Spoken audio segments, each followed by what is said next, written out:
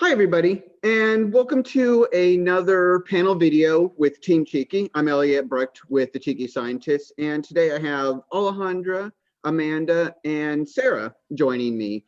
And we wanted to discuss some of the differences a PhD can expect when they're interviewing for an industry position versus what you're used to when you're trying to go into a new academic lab.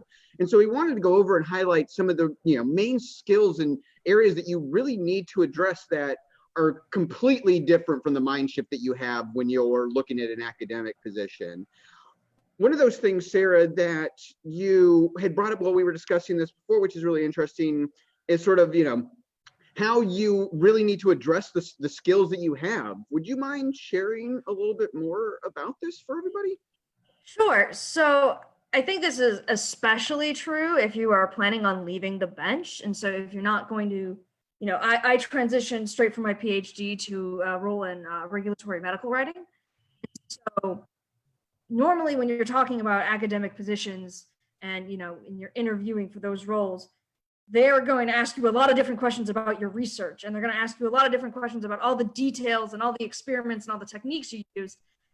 In an industry interview, especially when you're leaving the bench, that's not really what they're going to spend a lot of time on. I other than a sort of a top level overview of what I did with my research, I didn't really talk about it at all.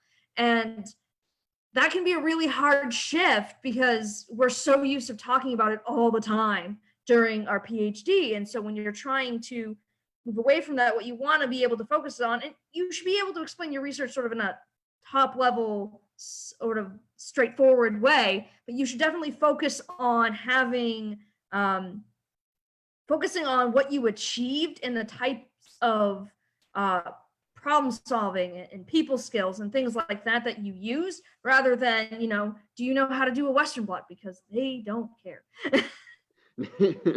No, that's very true, because what you've proven by getting your PhD is that you can learn these techniques. You can do whatever the skill set that's needed for that position are. Like, you've already proven and shown that you can do that. It's just a matter of the rest of that stuff encompassing, everything else that is involved in doing that, and what you then do with those skills after you've learned them.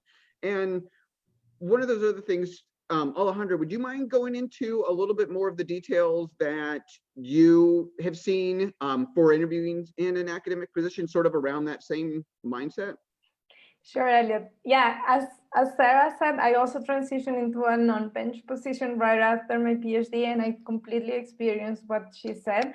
And also, to elaborate on that, I was surprised of how much the behavioral aspect played a role in my interviewing. So I had a lot more questions aimed at evaluating how well I would fit in the company culture.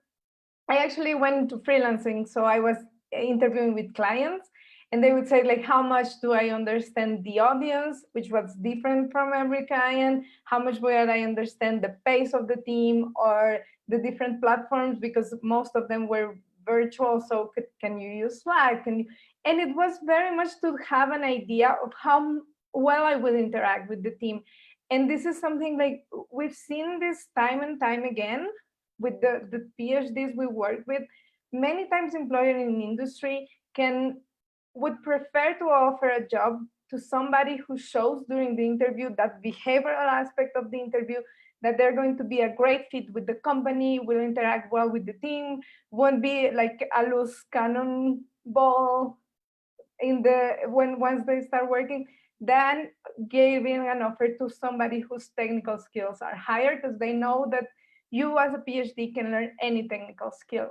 And that for me was very different from what I experienced when I was interviewing for my PhD, because the most similar thing that I remember during my PhD in the interview in terms of fit was whether or not I was willing to put like blood, sweat, and tears into my research and sell my soul in order to get results, which has nothing to do with this very well structured set of questions that you get in industry to evaluate if you can really contribute to the team, and if you're going to be happy working in that company or for that client.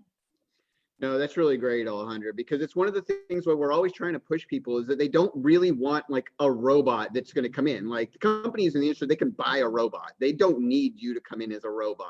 So they want you to come in as a well-rounded, like actual human. And why we also say, put in those like extracurricular activities, put in those hobbies, showcase that you're actually a real human being and you can get along with the team. And why also we say, do those informational interviews, talk with the people there, make sure you'll actually have a good fit with the company, that you're going to get along with these people, because you're potentially going to be working with these people for, several years within your career and having to interact with them on a much more granular level than you're probably used to in academia. Because most time in academia, your PI is going to yell at you to go do some experiment. You'll do the things up and then present it in some sort of presentation. And that's sort of kind of the minimal interaction you're going to have.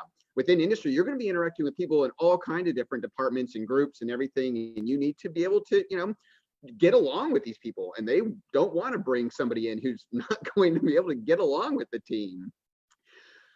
Something that's actually kind of a bit of a shift that we're definitely not used to in academia, that Amanda can go into a little bit more, is some of the things that you're going to need to do when you're interviewing and after you've potentially gone in through, done your presentations up, chatted with everybody. And one of those other things that is just sort of like a given in academia that is not given in industry. And Amanda, I'll let you, go into that before I showcase and steal your statement here.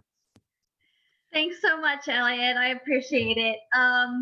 So like Alejandra, I'm transitioning to freelancing. So I would say my interviewing experience is different from what you would expect if you were transitioning into a more traditional employee role.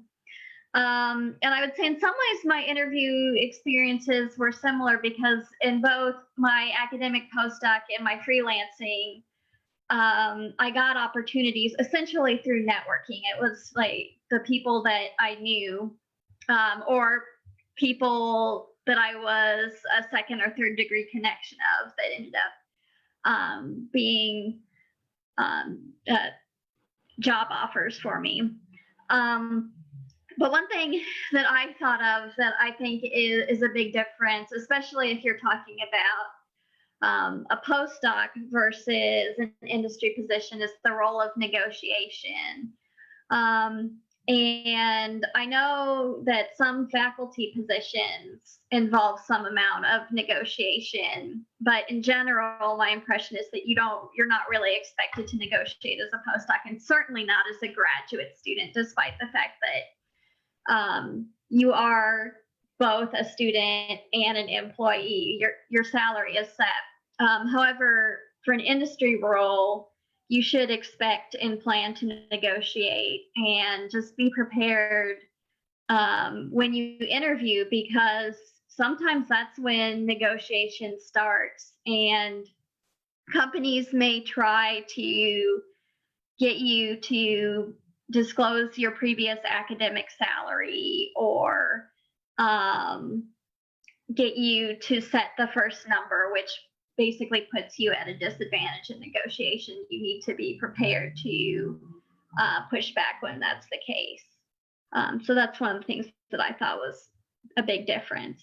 No, definitely it really is, because when you go into academia, most of the positions at a university, that the stipends, the compensation is set. There is no negotiation. Depending on the university, for whatever your role is, there's no, everybody gets basically the same level, no matter what. There's no negotiation at all, because these are set by the universities, by the colleges, by, NIH, by the grants. Like there's no wiggle room at all. Like no up, no down. Like you're just not compensated properly, and that's it.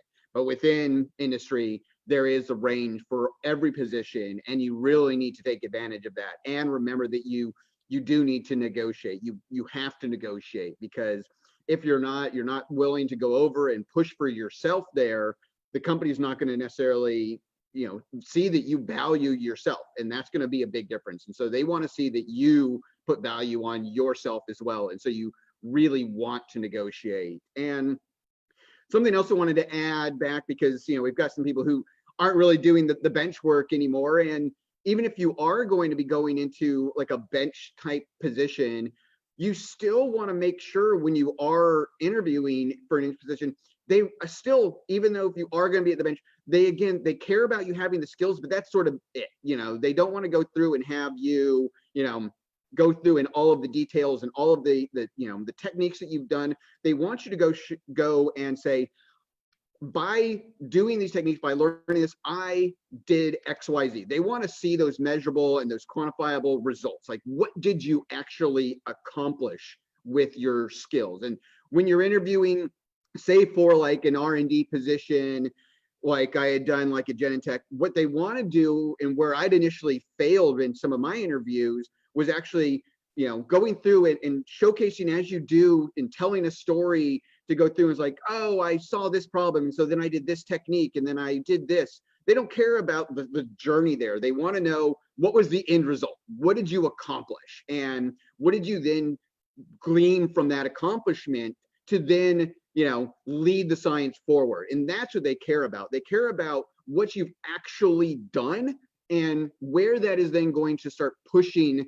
everything else, and how that will then tie into the company and push the company's goals forward. And you want to go over and talk about how, sort of the synergistic aspect of like, I have done these things, I've seen these things, I can accomplish these things, and I know that after accomplishing this, I can then further goals, onward, and these goals can then work with the company as well and push your goals forward. And so you want to go through and talk about, how you would be a great fit for the company and how you can push the company forward, and not just like what sort of techniques you can bring to the lab. Because you go into an academic lab, they're bringing you on because you know something that no one else there knows. You can do something that no one else there can do. That's not what they want. They want you to be able to push the entire company forward, push the goals of the company forward. And that's what they really care about. And so want to again, thank you, Sarah, thanks Alejandra, thanks Amanda, and everyone out there. If you have